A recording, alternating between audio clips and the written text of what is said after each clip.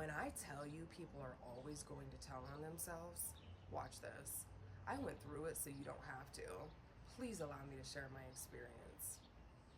So we're 2 years into dating, and I am noticing a vicious cycle of trauma bonding, as if he knew he was losing control, like clockwork every weekend. Childhood trauma stories, generational trauma stories, cultural trauma stories, to the point I was finishing his sentences. I finally say to the guy, listen, every time you start talking about trauma, I'm leaving the room. I gotta go. I'm going to disappear. I'm gonna make myself scarce. He was like, Nicole, don't abandon me. You're the only person I feel comfortable talking about with this. I go, I know, but you keep saying the same thing over and over again. Like, you should probably get some help. And I did just that. For the next 6 months, anytime he tried to talk about trauma, my body, up, out of the way. Oh, gotta take a shower. Gotta go to the bathroom. Oh, the mail's here. Message. Oh, the dog's outside being cute. Gotta go. Now, we get invited to his business partner's parents' 30th wedding anniversary dinner. Big freaking deal. 30 years? We show up to dinner, and this man starts ordering mixed drinks, dark liquor. Within 15 minutes, he's ordering shots of dark liquor while we're all at the table, 10 of us, having a glass of wine, just chatting.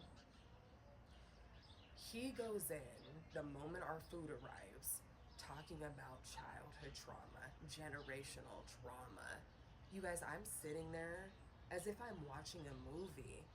I'm cutting up my food, taking bites. I'm like, oh my gosh, this is what this man does to me. I'm looking at everybody's response, their reactions. People are like this. They're like, oh, in the background. Other people are trying to just chat with their neighbor. The only person really listening was the business partner's mother. And every 5 minutes, she's chiming in saying, yeah, everybody has choices. Well, I'm sorry to hear that happen to you. Yeah, life can be cruel. And this man is going and going and going. I look at everybody when it's time to leave, and everybody looks exhausted except him. He looks rejuvenated, recharged, energized. I said, something is wrong.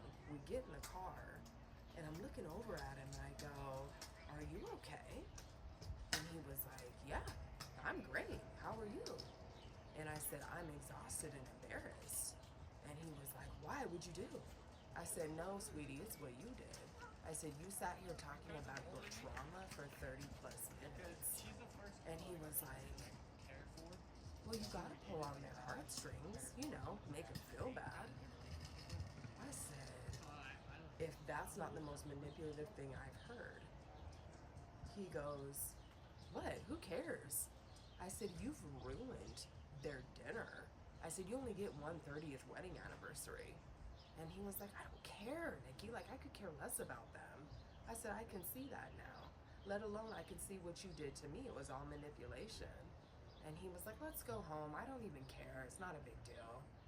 And I was like, you need to apologize to those people. What you did, shameful.